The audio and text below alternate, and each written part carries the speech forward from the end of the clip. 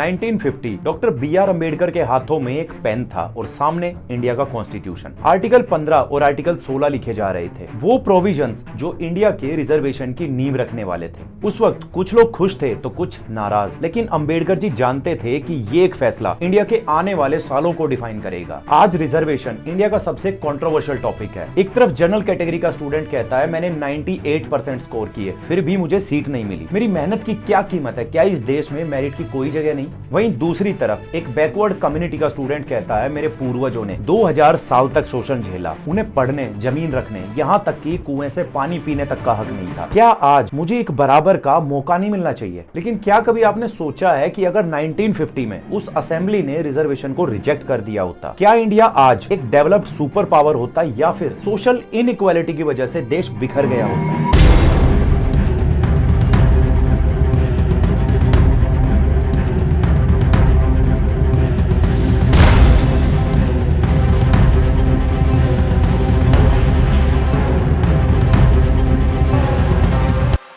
What if समझने से पहले व्हाट वाज समझना जरूरी है। देखो, भारत में कास्ट सिस्टम हजारों साल से था। 4 वर्ण थे, ब्राह्मण, क्षत्रिय, वैश्यास और शूद्र। इनके अलावा एक 5वां वर्ग भी था जिन्हें अनटचेबल्स या दलित्स माना जाता था। उन्हें ना शिक्षा का हक था, ना मंदिरों में जाने की इजाजत। 1931 की गणना के हिसाब से अपर कास्ट जो टोटल पॉपुलेशन का सिर्फ 15 से 20% थी, उनके पास 70% जमीन और 80% गवर्नमेंट जॉब्स थी। एजुकेशन में भी उनका रिप्रेजेंटेशन 95% से ज्यादा था, जबकि SC/ST कम्युनिटीज जो देश का 25% हिस्सा थी, उनका लिटरेसी रेट 2% से भी कम था। फिर ब्रिटिश राज में हंटर कमीशन और पूना पैक्ट जैसे मोड़ आए, जहां पहली बार ऑफिशियली रिप्रेजेंटेशन की बात हुई। शुरू में यह केवल 10 साल के लिए था, सिर्फ SC/ST के लिए। बाद में 1990 में मंडल कमीशन के थ्रू OBC को भी रिजर्वेशन दिया गया। लेकिन अगर यह सिस्टम कभी आता ही नहीं तो क्या सच में मेरिट जीत जाती? 1950 में SC/ST लिटरेसी रेट केवल 2 से 3% था, जो 2011 तक बढ़कर 66.1% हुआ। हालांकि अब भी नेशनल एवरेज से बहुत कम है, लेकिन ग्रोथ